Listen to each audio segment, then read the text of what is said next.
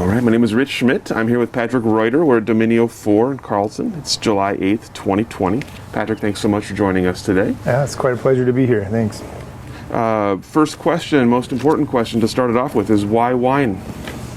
Why wine? Well, I think we had this idealistic, when I say we, I always say my wife and I, Lee, who's part of the wine industry as well, Lee Bartholomew. So we always had this sort of idyllic vision of how we wanted to live our life. There was this point in time we were driving in the Cascades and we were going up and we saw this kind of farmhouse, and it was a white farmhouse, and it had horses out on the front, and there were like these two people, and they were sitting on the patio, and they looked like they were enjoying, they probably weren't, but they looked like they were enjoying that connected way of life of agriculture. And so early on at the University of Oregon, when we met, we had spent a lot of time just tasting wines in a local wine shop, and we realized in our mid-20s that could be a life for us.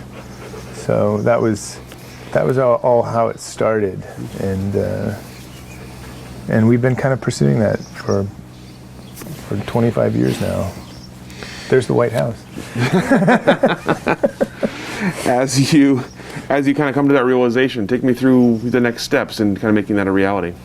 Sure, right. So it's about 1993, 94, and we're living in Seattle. And Lee's working in a restaurant, and I'm working at the Fred Hutch Cancer Research Institute.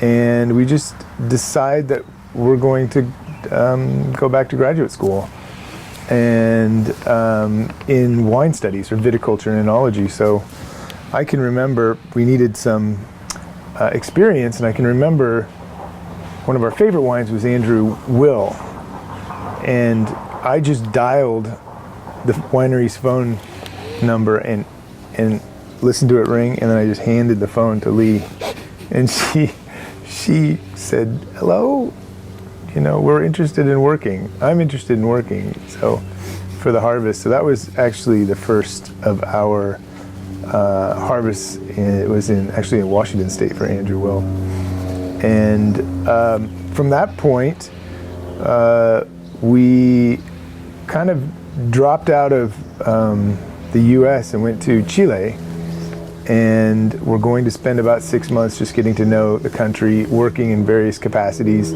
some volunteer, some exploring wine, and we're living in Santiago in a hostel, and just looked up in the phone book again what wineries were there, and called one of them up, and they said, "Yeah, why don't you come in? We're looking for harvest interns." So we came into Viña Razaris, which is an old, storied winery in Chile, and met the winemaker. He was from New Zealand, and he said, "Why don't you meet me tomorrow and I'll show you around?" And he hired us both and sent us off into the most remote part of Chile, and wineries that were farmed by horses, and it just really started our journey on the most sort of rustic of footings. So very, very interesting. There were people lining up to get paid, and they got paid their money for working in the fields, but they also got paid in bread. And that should have been a big clue to us that that's how we were going to get paid too for most of it. So our first winery we were put in charge was a 1908 bodega that was in the Buin Valley or next to the town called Buin in Chile. And it was the most interesting place to work because it didn't have running water. You had to divert the irrigation into the water upstream from the Andes to get any water. And at one point, the power would turn off at about 6 o'clock in the evening, which meant that everybody in the facility would go out and play soccer until the sun went down, which it gave us that idea that people and wine have a certain kind of culture around the world, and that culture is different in each part of the world that produces wine. And so that gave us the idea that we should travel to some of these other parts and see what their culture is like, how they're making wine, what they think is important, their grape varietals, and experience their way of making wine. So we traveled to New Zealand.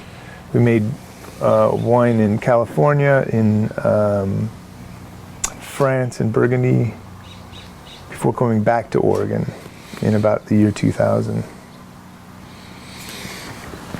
Was Oregon always the goal? Was being back in Oregon always the plan?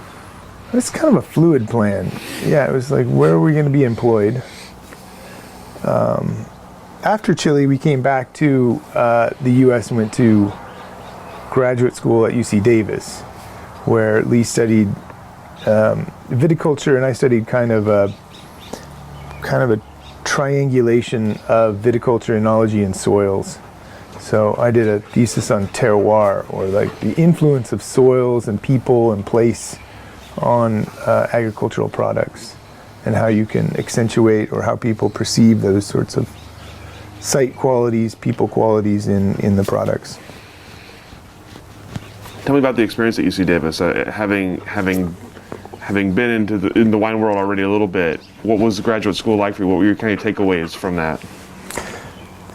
Takeaways from graduate school were we got to see the more industrial side, the more large-scale ag, the more larger developments of how the wine industry functions on a kind of a Californian basis, but also got really great one-on-one teaching, small group teaching in the enology and viticulture program.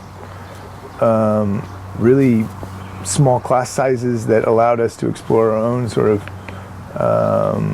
avenues where we wanted to study.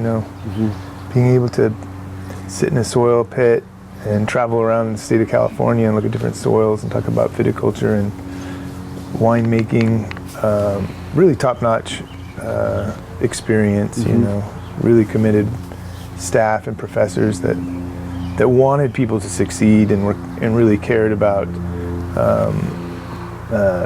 kind of tailoring their graduate experience to what they thought were important as well. So along the way, tell me about developing your kind of own personal interests, and of course Lee doing the same thing for the role you wanted to have in the industry going forward. Tell me about deciding what part of the industry you wanted to be in. Yeah, so originally I thought I'd probably be in more a development in soils, because I just really enjoyed the complexity of soils and the life that's involved in a soil and how that translates into flavor. And so I originally thought that I would probably find myself in a kind of more vineyard development, assessment, analysis of soils and site. And it wasn't until we moved back to Oregon that I saw that sort of family winemaking character, and like small, starting from your bootstraps and making your way up. And that was really appealing, I think, for me. So that was the first inclination to say, hey, why don't we start our own small thing? Why don't we start, and how could we do this? And even at that time, it was a little bit difficult to raise the kind of capital that you needed, 2000, 2001, 2002, to find the capital and the resources to make that happen, because we were just out of graduate school, had no money at all. So we had to be a little bit creative in finding those avenues to raise capital or work. Part of that was the Carlton Winemaker Studio, which was a wonderful place to share equipment. And so the initial investment wasn't huge, and you could raise enough money to pay on a case-per-case basis. And so our first way of raising capital was just asking some of our family and friends and people who wanted to invest in a winery to spot us small loans like $5,000 to $10,000 loans, and we would give them part interest in the product if they wanted it, or just a straight return on investment. So that's actually how our first harvest went, was 5 barrels, and it was a bit of a meditation compared to what some of the other harvests had been. I think in Chile we crushed in more fruit than I think I've made in Oregon in one vintage. So the scales were massively different, but very interesting place to start that family feel of the wine industry, and a very cooperative environment. People wanted to help. Yeah. So those 5 barrels got a lot of attention, is what you're saying? Definitely. It was very meditative. I just sat over them and said, okay, here we go. Still there. I take bricks and temp 3 times a day. Wonder why they weren't moving so fast. So obviously you had a little bit of awareness of Oregon's wine industry, but coming back to it in 2000-ish, and deciding you want to be part of it. Tell me about your kind of initial impressions of Oregon's wine industry at the time, and where you kind of fit. Yeah, so there were just a few wineries that were of the kind of commercial size that I was used to in California, and they were largely family-based, and they had been here for, let's say, 30 years, 20 to 30 years. So that was just maybe the first wave of initial investment outside of Oregon. Like Archery Summit had just begun maybe 5 years before, 7 years before. So there's just a minor influence, the first kind of pulses from California, from DDO from France, that were just thinking about Oregon in a more international context rather than family winery context. So there were still a few people that were gaining notoriety for some of the changing the viticultural and winemaking techniques that were sort of what Oregon relied on in the 60s, 70s, 80s, and 90s. Really that sort of shift into other people coming in from different schools, different wineries, professionals that had worked in California, and you were just beginning to see that kind of influence on both viticulture, how the grapes were grown, how they were planted, what clones were available, what the orientations were, changing the viticulture to try to maybe capture a more international style of Pinot Noir, a more recognizable, and not relying perhaps as much on like wonderful vintages to showcase the character of Oregon, but just improving the way the farming was happening and the way the winemaking was happening to maybe just transition to another sort of generation of Oregon. I think that's around 2000 that felt like that transition was really palpable. So you have this idea for a small family thing. You're going to start it small. You're going to have friends and family invest. So tell me about the logistics of getting that started outside of financially. Finding Carlton Winemaker Studio, finding grapes, finding naming, labeling, all that kind of stuff. Tell me about the kind of progression of your label and your brand. So at the same time, we were trying to convince my in-laws, Lee's parents, that Oregon was a great place to retire and perhaps buy some land and maybe even plant some grapes. So they lived with us for about 6 months 6 months in McMinnville, actually downtown McMinnville. And at that time we just pursued business plans and looked over what it would take, that kind of investment, and how much we could afford, and what that would look like. And we really loved a lot of different grapes. We had just come from Burgundy, so we were making wine in Gevrey Chambertin. So Pinot to Pinot was a great transition from Burgundy to Oregon, but we loved other varieties, especially Tempranillo. And we recognized right away that Oregon had multiple climates in which different sets of varieties could be planted. Apart from just Pinot Gris, Chardonnay in the sort of cool climate Willamette Valley, we recognized that the Columbia Gorge might be also a very interesting place to grow grapes. So we spent a lot of time, I remember, just jumping over fences and looking around to see if there's anybody seeing me, and digging a quick soil pit to see what the soils were like in the Columbia Gorge. And having some really magical experiences, like finding arrowheads on land and knowing that this was really a Native American sort of deeply historical Native American crossroads of North America. And finding we found a little 5x3 note card that was pinned to the local market in Mosier, and it said "land for sale." And we called that little place up, and it had been one of the 20 properties we had identified as good grape growing, great exposure, great elevation. Everything was sort of perfect for us, and we ended up buying that piece of property. It was a vintage 1977 double wide, which we moved the in-laws into, and had a lot of great parties there. Great deck, just lovely. And then planted 10 acres of Tempranillo, Syrah, and Viognier. So Dominio IV, kind of the numerology of it is kind of 4 climates, 4 people.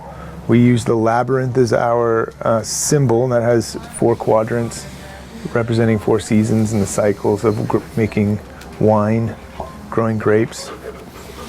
And we worked with our family, really. It was Lee's family, my parents, my sister and brother-in-law, friends and family would come and spend weekends and put posts in and drip emitters.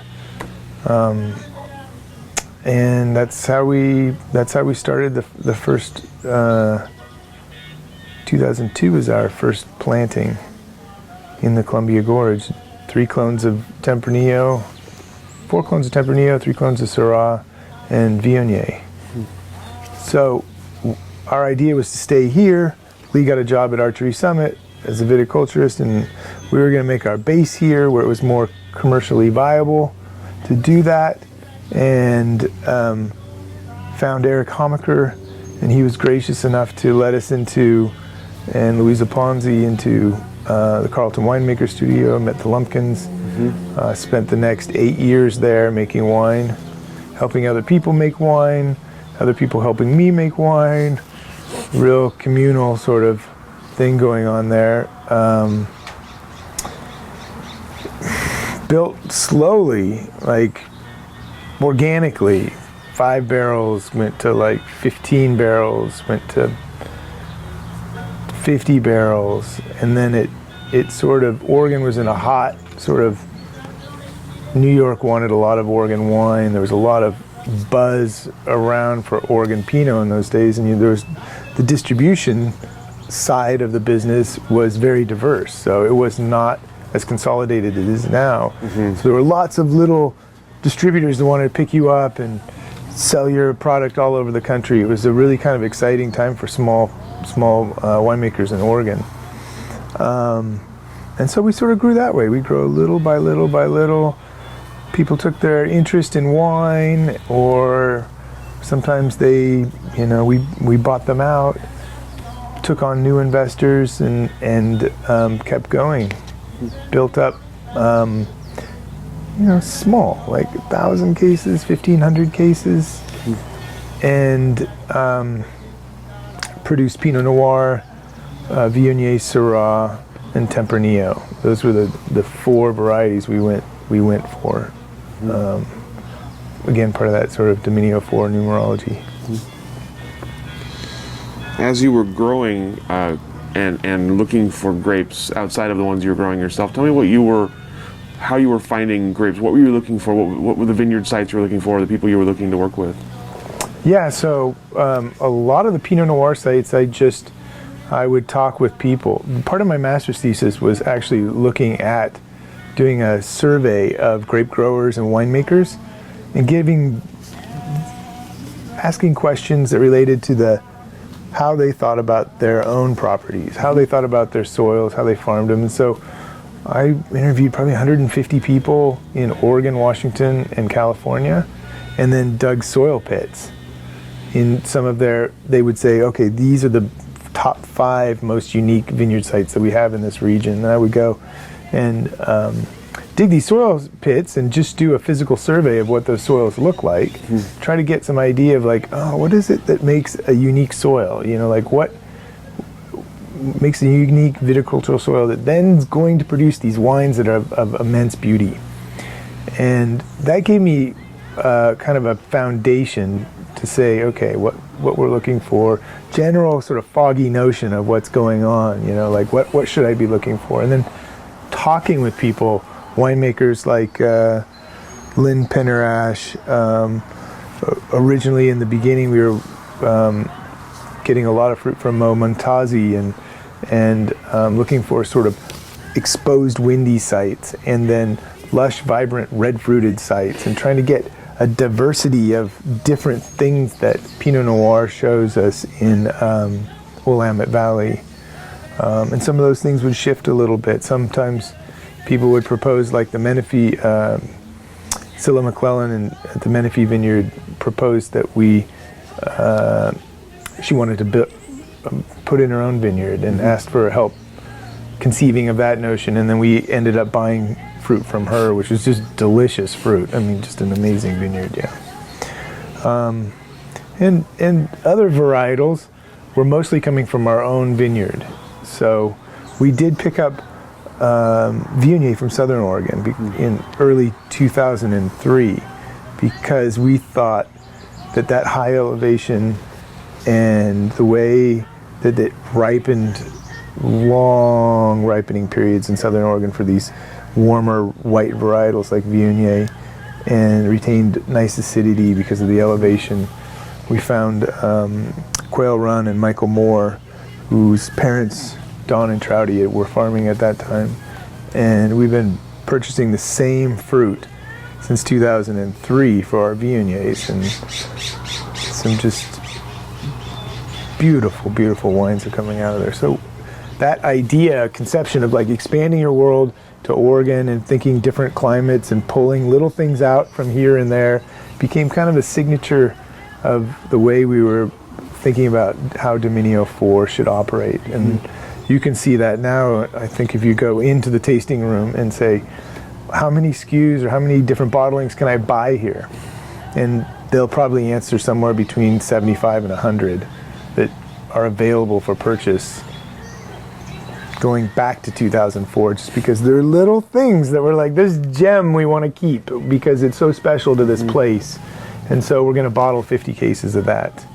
And we're going to take 50 cases and save it away for 10 years and then re-release it. Because we want to see how it ages. We want people to see how these things develop over time. So you'd had quite a bit of experience in a lot of different places making wine, growing grapes at that point. Was there anything different about Oregon? Anything you had to kind of relearn as you were getting started here? It has some similarities, I would say, and some differences. I think that family communal is like the best thing about Oregon, really special thing about Oregon. I mean, you see some of that in New Zealand where people are willing to help each other out, really. You know, if they need the help, they're there for them. In a lot of other countries in the world, there seems to be kind of a competition between your neighbor and you and what they're doing. We were doing a little, working in one country for some producers, and they were doing a little espionage where I was working for one and my wife was Lee was working for another one, and they were like, so what did they do when that truck came in? And can you tell me about just spying on each other, wanted to know the secrets. But the things we had to get used to smaller scale, not having all the sort of deep cultural answers to things.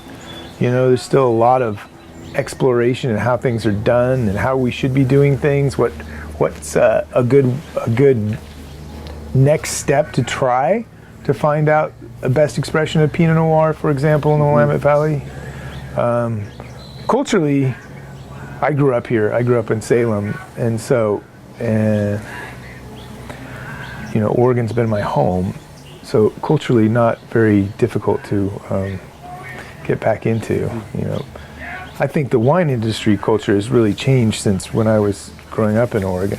It was a much different Oregon culture, and the wine industry has sort of brought in a more international perspective for sure. Excellent. I'll ask you about that in a little bit. I'm curious about your thoughts on that. Tell me about learning to sell your own wine and adding a brand to the marketplace, especially one with not just Pinot Noir, where you were maybe introducing people to varietals they weren't as familiar with. Yeah, that was a steep road, I think, to tell people, and at least initially, that you just planted a majority of Tempranillo in Oregon, and you were planning to do that biodynamically, and it was in the Columbia Gorge, and all of those things were questions for people, like, what are you talking about? Biodynamics in the Columbia Gorge of Tempranillo. I'm just setting my own market out. Nobody else is going to be able to compete in that, right? It was a uphill battle in a lot of ways that way. Selling wine around the country, explaining Oregon, because we have this sort of idea that people know really about our industry here, but there's a lot of places you'll go to in the wine industry or in a restaurant, and people will say, okay, so where exactly is Oregon? Like, it's next to Michigan, right? Or something like that. And you'll be like, oh, I've got a long road to hoe today to communicate what I need to communicate. So that was fun. I remember going into some of the nice, the best restaurants in New York City, being just taken around and saying, okay, tomorrow we're going to this restaurant, but you're going to need a jacket. I'm like, I didn't bring a jacket. Dinner jacket? Like, I got to have a dinner jacket? Yeah, they will not let you in without a jacket. And it's embarrassing to take one at the door with a tie. Some of these places that you'll go are hilarious selling wine. You just go into a grocery store, to the back room, turn the corner around the restroom, and then there's like a little stall with a seat and two tiny little cups, and that's where you'll taste your wine. But that person may introduce your wine to hundreds of people. It's one of those things where, looks are deceiving. Did you find, at what point did you find you were doing less explaining about the basics, about Oregon, about Pinot Noir? At what point did it kind of feel like what your perceptions of Oregon were when you started were actually more true, that people were excited about Oregon wine and were more knowledgeable about it?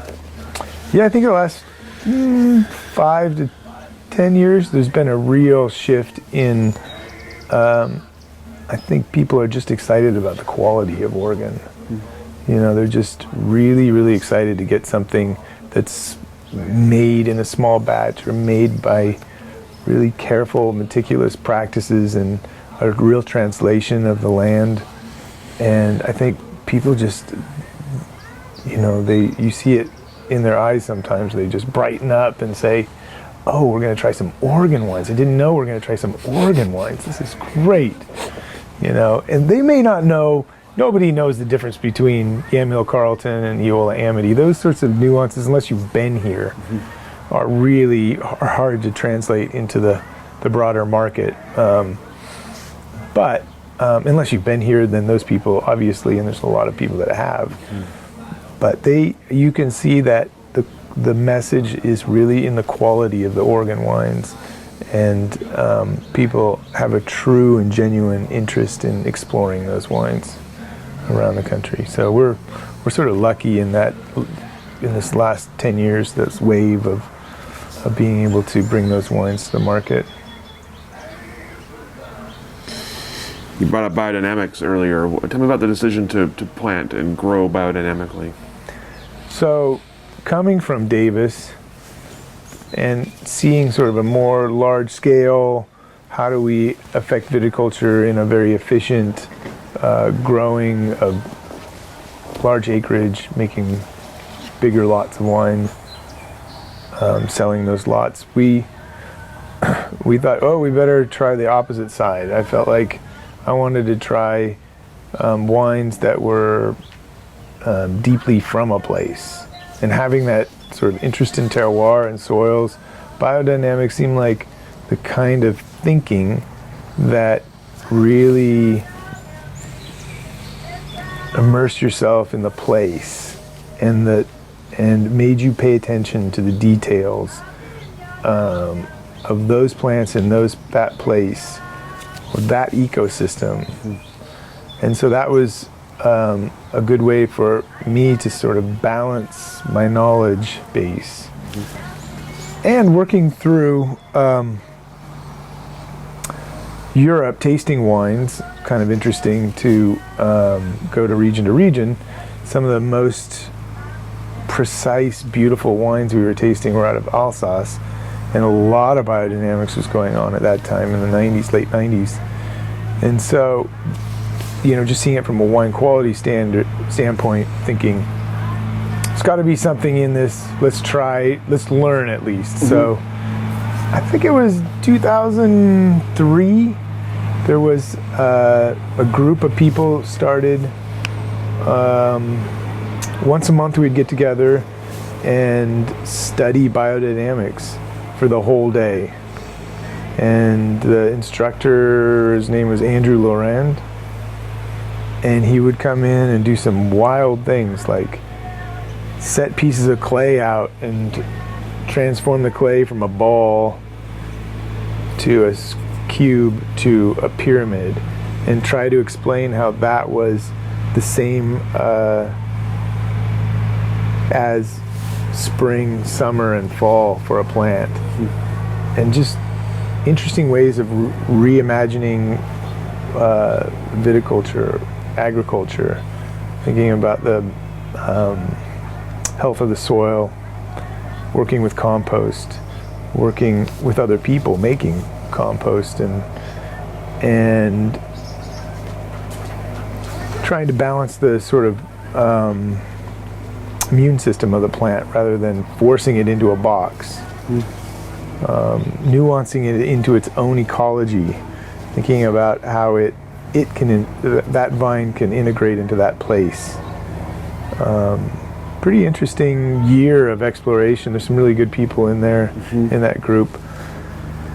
I think Sam and Cheryl helped start that, but it was Harry, Nedry Peterson, and Doug Tennell, and Mo Mumtazi, Susan Silkelblosser. It was a pretty cool group of just people thinking about, not everybody was convinced. People just wanted to learn an organic way of making and growing grapes. Making wine and growing grapes.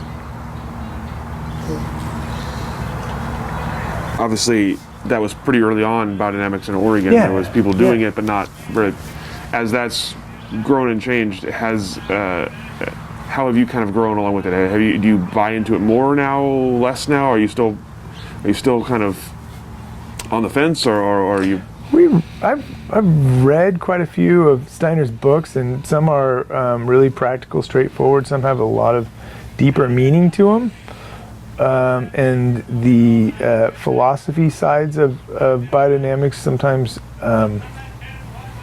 hard to ascertain that kind of knowledge, like it's just kind of divined knowledge in a way.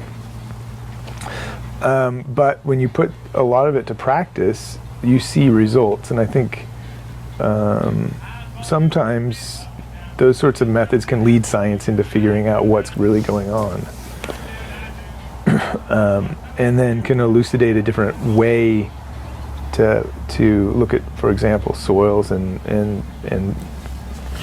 biodynamics, especially with compost and manures and the 500 prep, really stimulate, I think, a lot of microbiological life. And kind of cascade down through the ecology and produce really more stable basis for agriculture. So the way I've kind of shifted over the years is learn about it and try to understand where the philosophy is coming from, evaluate what kind of things make a lot of sense and have impact in the vineyard. But then sometimes you just have to think on your own a little bit, and that is maybe what I explain as a hybrid, a kind of organic hybrid to farming, where you're using biodynamic practices, you're using organic practices, but it's kind of interesting, some of the things that you see. I've been reading a little bit about this, what is it called? Korean natural farming, which is almost identical to biodynamics and developed completely separate, but then when they talk about it in really translatable language, which is fostering the ecology, so that makes a lot of sense to me.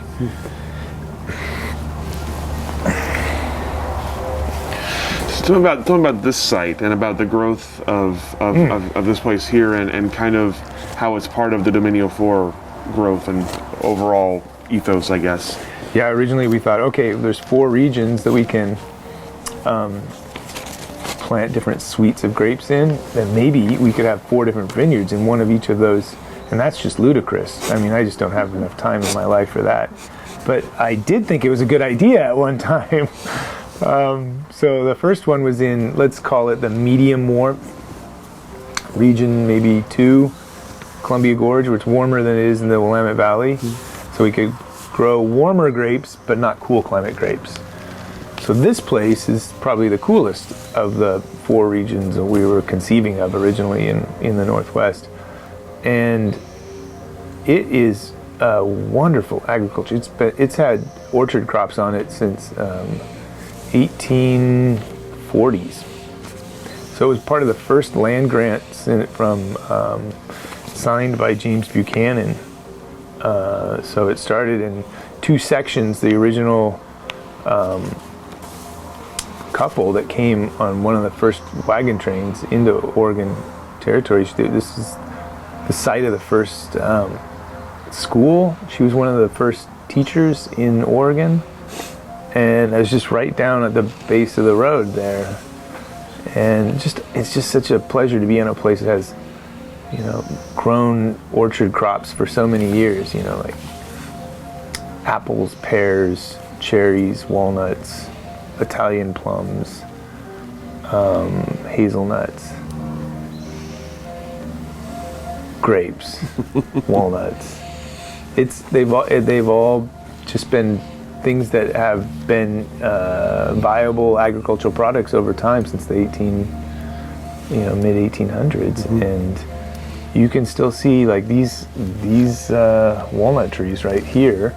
Not only are they planted on the western side to shade the house, but they're also part of what used to be a walnut orchard. And that apple is the same thing. It used to be there's like 120-year-old apple trees over there. Were part of the landscape when this was farmed that way. Italian plums down there, cherry trees are still, we can go out and pick cherries today. They're just, Queen Anne's are from the 50s, I think, and they're just beautiful right now. So it's nice to be part of a steward of a place that has had agricultural tradition and try to keep that going, try to add your part to it. That barn has seen, apparently from News Register reports, that's seen a lot of parties. Used to be this, like, the site of a lot of dancing, and it's great to try to restore that and bring it back up to where people can enjoy it again. How did you come across it, the property? It never went on the market. It was one of those things where Joan Morris had been living here since the 90s with her husband Larry, and she decided that Larry had passed, and she decided to to move on, and she spent about a year just kind of putting feelers out, but wanting to meet people. And so we were introduced to Joan and sat in the kitchen there, and over the course of about a year got to know her, and she wanted to make sure that our principles were aligned with her principles, and that when she gave the farm over, it was going over to the right people. And that was very important to her, more so than the price. And so when we negotiated the price, it was very short conversation, but a very long conversation getting to know one another. And so we still have pictures of the children that were raised there, and they're in their 20s, her nieces and nieces. And I just want to celebrate that sort of legacy of the farm. Tell me about developing your winemaking philosophy and kind of how it maybe changed over the years and how you would describe it now. I think when you start making wine, you kind of try to follow what people seem to be getting accolades for. So you try to sort of follow that notion of like, oh, I'll be successful if I'm like that. And I think over time, I've fallen more into a pattern of, let's see what this place is like, and let's try to make it the best place we can. And if we can get everything right, we don't have to do anything. Very little. But the beauty in the wine is just a lot like life. It's like the tension. It's like that when you feel the pull of something that pulls your emotions or your heart, and then you can think about it in a knowledge-based way as well. It's sort of like a tension between beauty and knowledge. And I think the wines need to be like that. They need to really pull. They don't need to be big and broad and in your face and easy to understand and slip away quickly. They need to have a real length and tension and precision to them, and so you can keep exploring them when you go back to them and back to them and back to them. Yeah. I think Siri wants something to say. I was like, who is talking? That's awesome. So knowing that that's what you want out of your wines, how do you go about crafting that? You said the less you do, the better in your eyes, in terms of if you do everything right before. How do you create a wine then that is tense and complex by doing as little as possible? Well, one way is in the winery, we try to create as many different kind of micro styles of lots as we can. And we'll go fully destemmed. We'll have destemmed with 30% whole cluster. We'll go 50% whole cluster. We'll go 100% whole cluster. We'll go 50% juice. We're trying a new one this year. 50% juice, 50% whole berries. We'll go 80% juice, 20% whole berries. So we're just creating layers of complexity. Wild, native indigenous yeast, whatever's coming in the building or on the grapes, we'll use that. We'll use some specific yeast for complexity, and we're just building all these different layers of complexity that goes into each barrel. So when we go back to those barrels, we can then use them in a really rigorous blending. Takes forever. I'll be doing that later today, going through barrels and trying to find their place in how to build those layers in the wine, and how to build that tension in the wine. But also in picking when the fruit has that fresh berry feel, that's where you want to pick it off the vine, is when it's just juicy and succulent and it has that natural freshness to it. That also helps, And then there's just a million curveballs that come your way, both in the vineyard and the. So that sounds easy, but. Just plant them and let them go for a year, and then come back and pick Yeah, them. it's just fine. that easy. Just plant them, harvest them. You talked about all the different small lots, all the different kind of imaginative things you do. So tell us about the Imagination series and about shape tasting. That's one of the more unique things you guys do. Yeah, that was a real inability of. I have a kind of a different mind.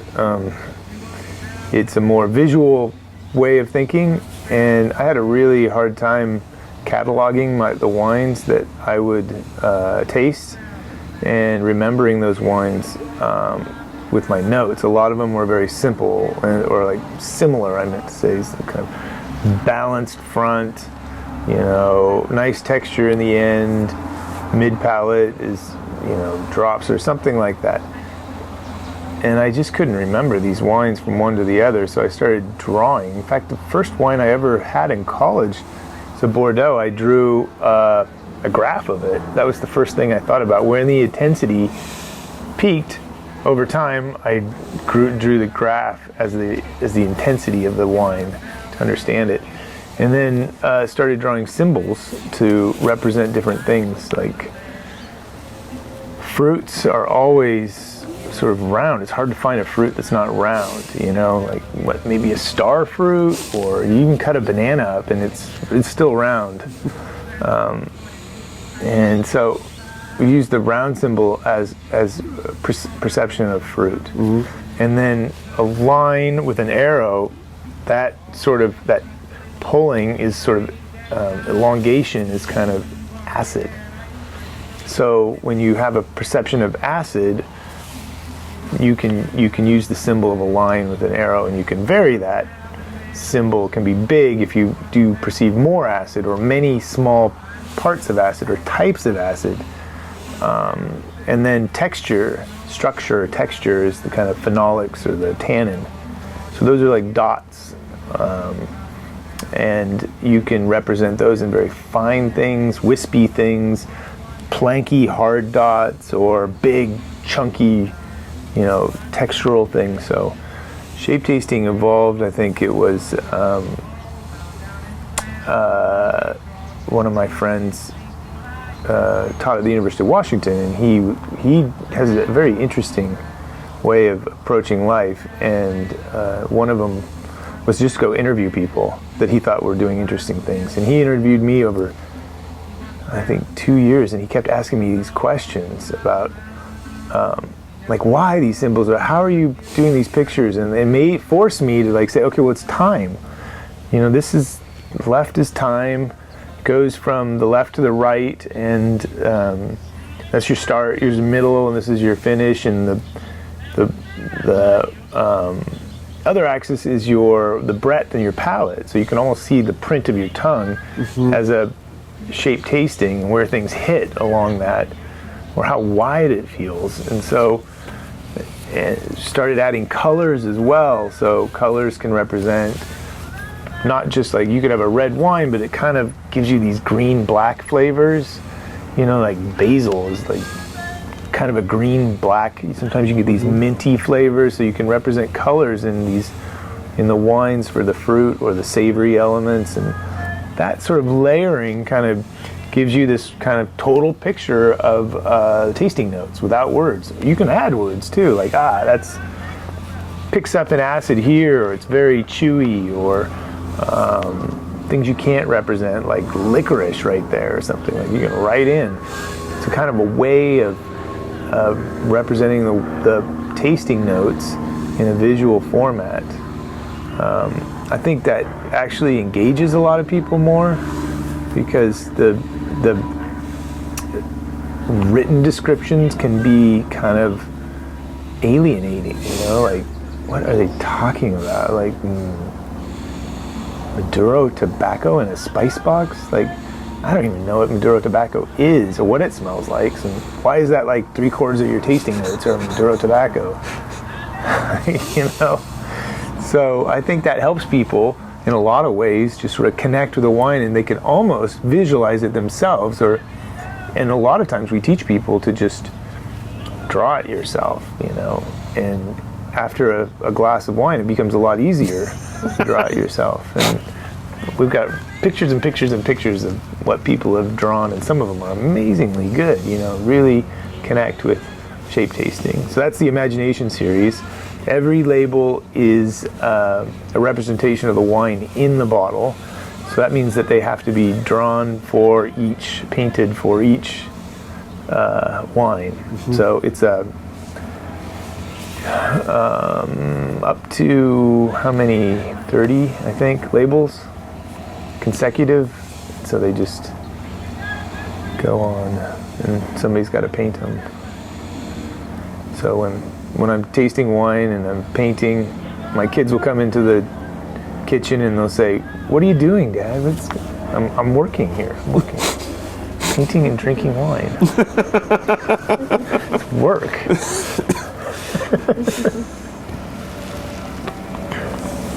Such an interesting concept. You talk about how people react to it, how people who are unfamiliar with it react to it.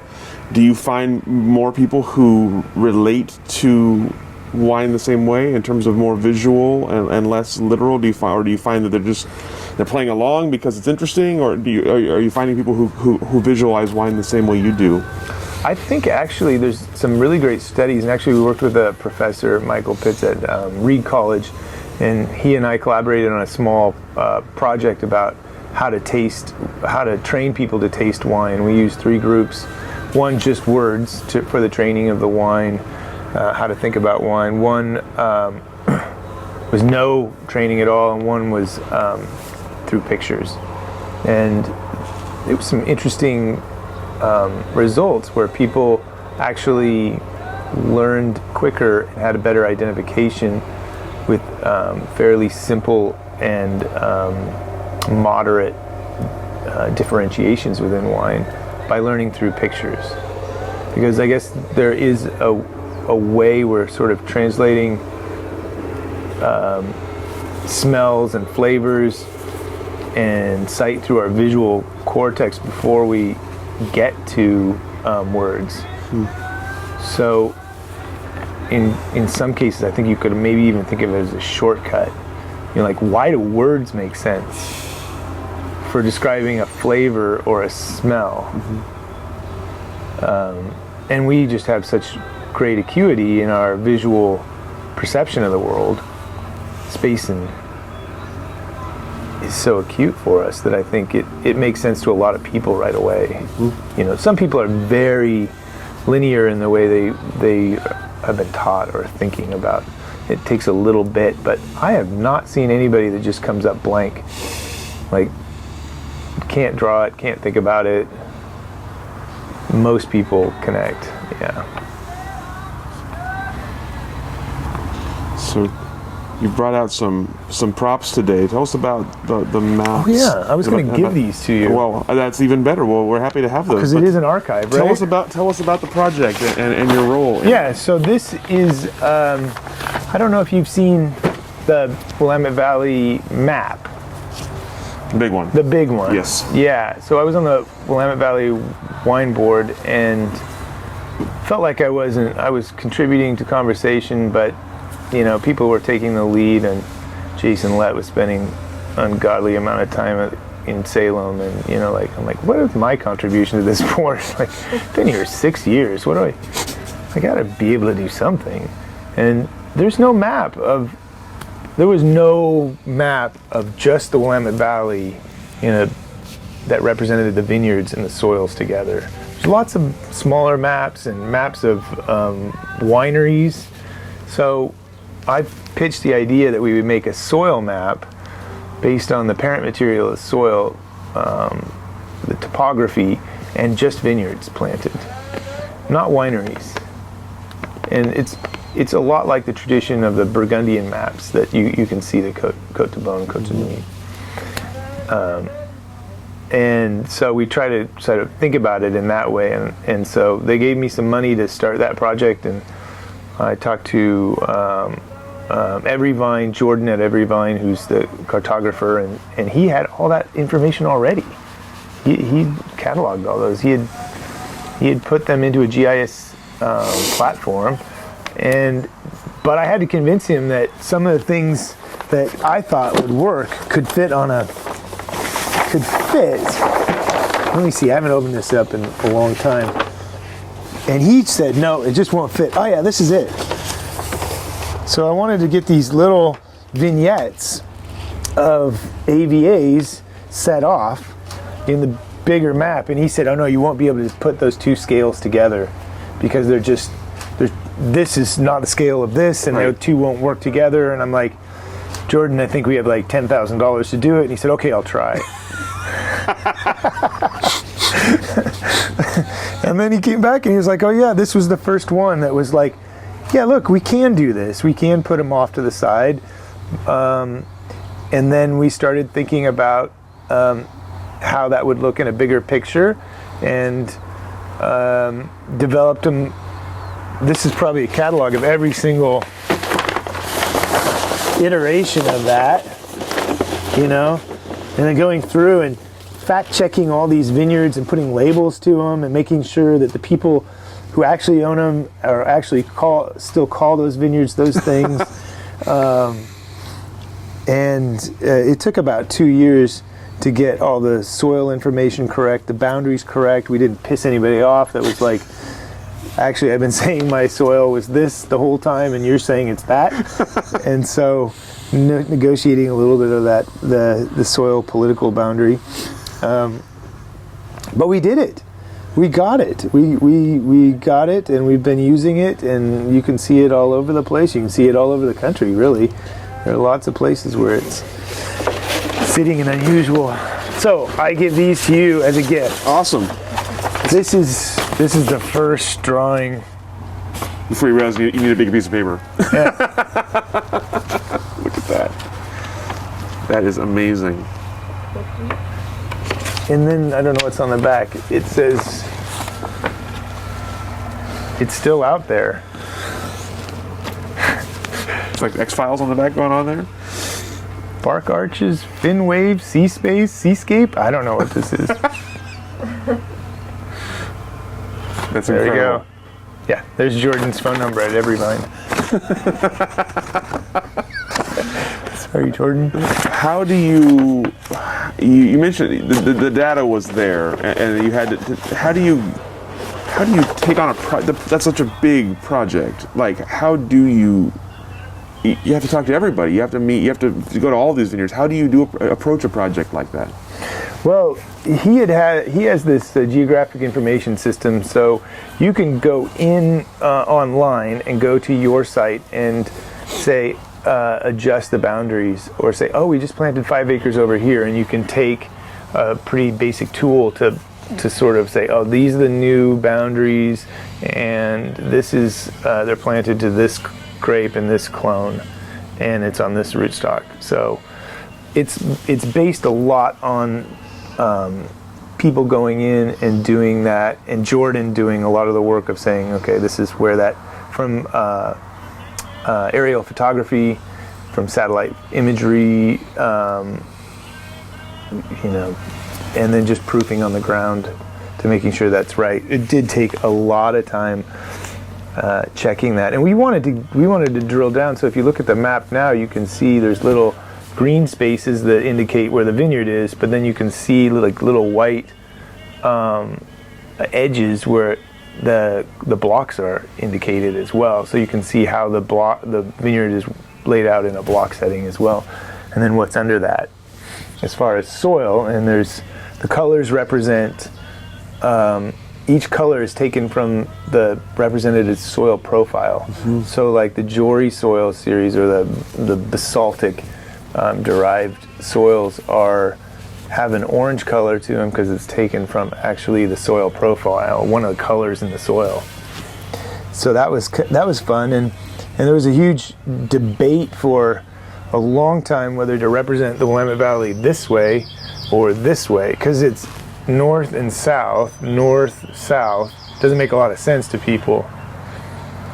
But if it's this way and it's a 5-foot map, you can't see the top or the bottom, you're just staring at the middle. People got used to it. They didn't like it, but they got used to it. It was a trip the first time I saw it. They like it now. Yeah, takes a little orientation. But did you learn anything surprising about about Oregon's soil or about the vineyards that you weren't expecting before you go in? Was there anything about the project that surprised you? I think just seeing it all on one map, and then seeing some of the earlier maps of smaller regions, you could see the growth and the density, and you could see the density in certain places that you couldn't basically see without seeing the whole thing. So that was pretty interesting, and you could see, vast parts of the Willamette Valley AVA are not planted to grapes, and the clusters are fairly small in these areas.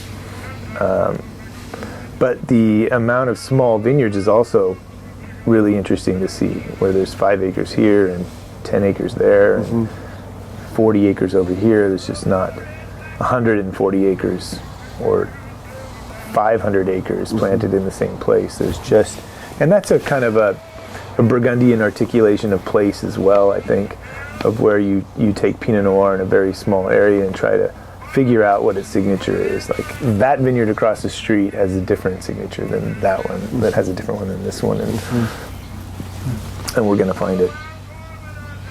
So since we're on the topic of looking at this, what do you see as you look ahead for Oregon wine? You talked about kind of your initial impressions and some of the things you learned from this project. What will this map look like in the future? That's great. I hope to see a few more really distinct AVAs, sub-AVAs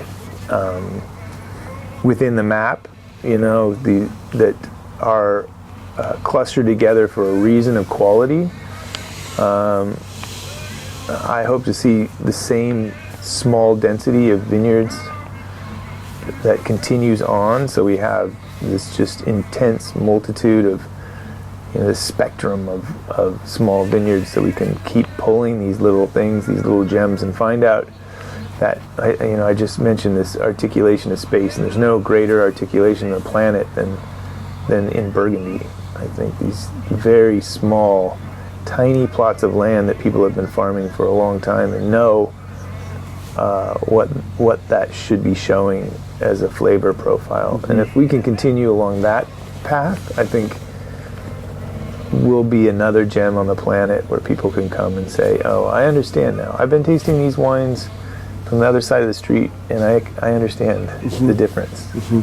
Because you're sensitive as a winemaker or a wine grower to these differences, and you've spent the time to understand the differences and then show them correctly, or at least that you think they should be shown, and you're not just putting a rubber stamp over them and washing them away into some beverage that can be sold in the marketplace. You're really focusing in on the beauty of that specific place.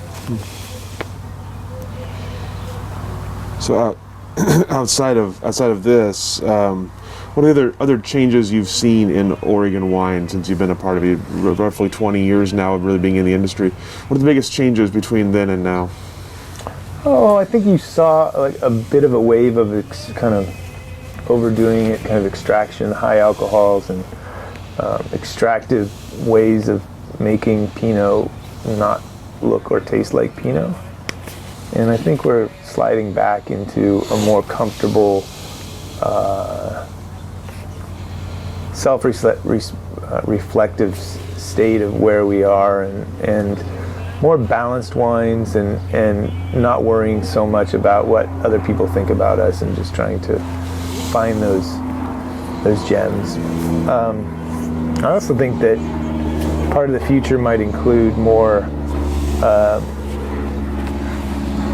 elaboration on our culinary pairings. I mean, we have such great agricultural products in the valley that we should really focus in a little bit more on developing our own articulated culinary dishes, products. That here's the wine that came out of the Willamette Valley or Oregon, and here's the cuisine that followed it.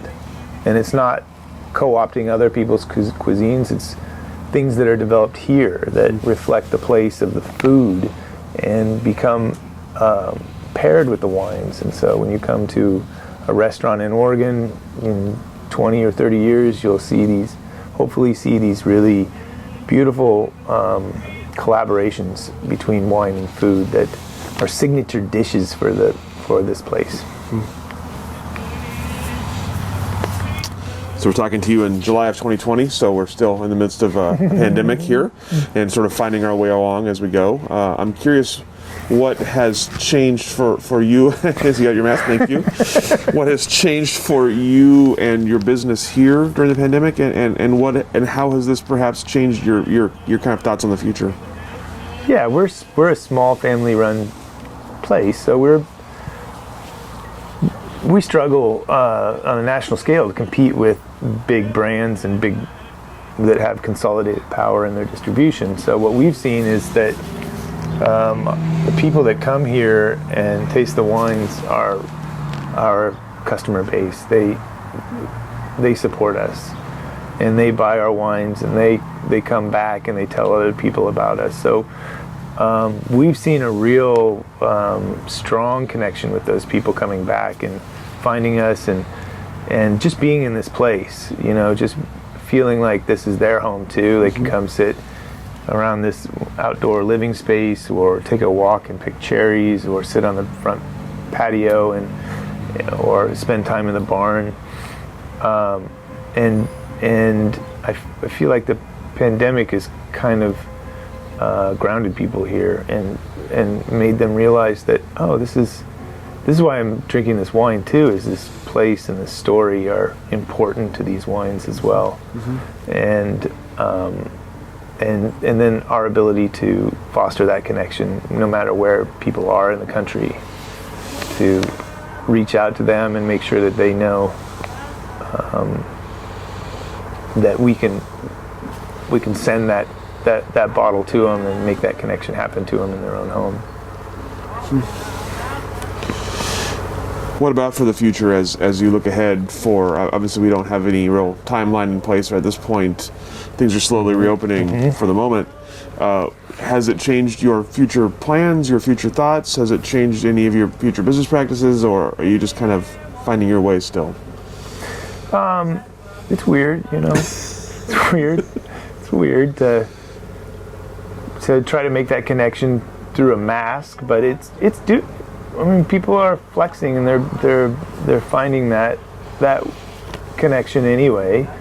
I think it's opened up that avenue even more for us, so we're going to continue along that path, trying to be a place where people can come, connect with the place and feel that deep core of agriculture that's been here.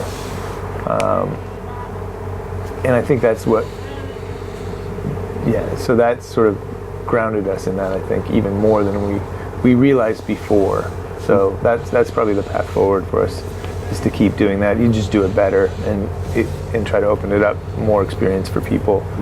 One of the things we've just been doing is we have 4 acres of Queen Anne, Royal Anne cherries, and we didn't sell them this year. We just we left them open for people to go pick, and almost every day people come and then they go up to the 4 acres and they pick cherries. I hope you guys do too, because there's just, and it's a wonderful feeling to know that there's just this abundance of fruit, and feel like, oh, this place is kind of taking care of me. Like, I'm going to take this home. I'm going to make maybe a pie with this. I'm going to eat these things until I feel sick, and this is great. This is great. That's, I think, another good thing of this pandemic, is that allowing people to connect in that way, cook at home, and slow down and be with family. I like the silver lining. That's an excellent optimistic look. I like that. As you look ahead for yourself then and for Dominio IV, do you have plans for the future in terms of changing production, changing varietals, any projects on the horizon you're excited about? There's always projects in the winery of how to make wine and make it better. I mean, that's just like an ongoing process for us. I think we've always loved Grenache, and we'll probably continue to explore more Grenache. It seems to be maybe similar in Pinot, like kind of parallels Pinot in a way that's maybe not as high acid or layered acid as Pinot Noir, but has a lot of different site characteristics and site and regional differences. So, yeah, we just see this is some new vines coming on. Probably some more building in the future. Continuing to restore that barn. We're adding in an old hay dog chandelier. So it's a chandelier that looks like an old. It's the sort of these what they call these dogs, and it's a trolley that runs along the rail of the barn. And we've made one out of glass, so like bright orange glass, so it looks like a hay bale. And you can move it up and down and move it as if it were a hay bale. So we're continuing to restore that barn into its old kind of 100-year-old feel. You know, it's not sheetrocked and pretty, but it's beautiful when you get in there. You know, it's really just, you feel like maybe the way people did in that barn for 100 years. Are there future dances in that site? Definitely. We've had music. Yeah, well, it'll be definite. We're gonna party that place again. Turn the volume back up on it. Party like it's 1899. Yeah, party like it's 1899. Awesome. All right, I got one more question for you. We're gonna go a little philosophical for you to finish this off. So tell us what is wine's role in society? Wine's role in society is to connect with perception, to remind people that they are living, breathing, and fully functioning sensory beings in the world, and that one of our greatest pleasures is just to be able to utilize those senses, you know, to slow down, deeply smell or taste and think about those things and connect and not be intimidated by it, but be engaged and really feel the power of that. Because, you know, when you walk by these roses on the way out, you're going to smell 3 or 4 of them that are aromatic roses, and then you're going to think about that aromatic rose, and maybe you're going to have a wine sometime and you're going to smell that same floral characteristic that you smelled in that rose on the way out, and you're going to say like, look, I'm connecting, I'm perceiving the world, I'm registering everything around me. I'm not in my head so much anymore. I'm actually looking at the beauty and feeling the beauty. That's the real, and that spills off into food and slowing down with family and taking time to eat over the course of a day and really enjoy the cooking and eating process and the senses of it all. And I think that's wine's role in the world. Hey, pay attention. I love it. That's right. That's all the questions we have for you. Is there anything I didn't ask today that I should have asked? No, we covered it just about all I was thinking. And excellent. Yeah. Well, thank you so much for your time and for your stories and for your lovely map gifts here. We're very excited about. Cool. Great. We'll go ahead and let you off the hook. Right on. Thank you very much. Thank you.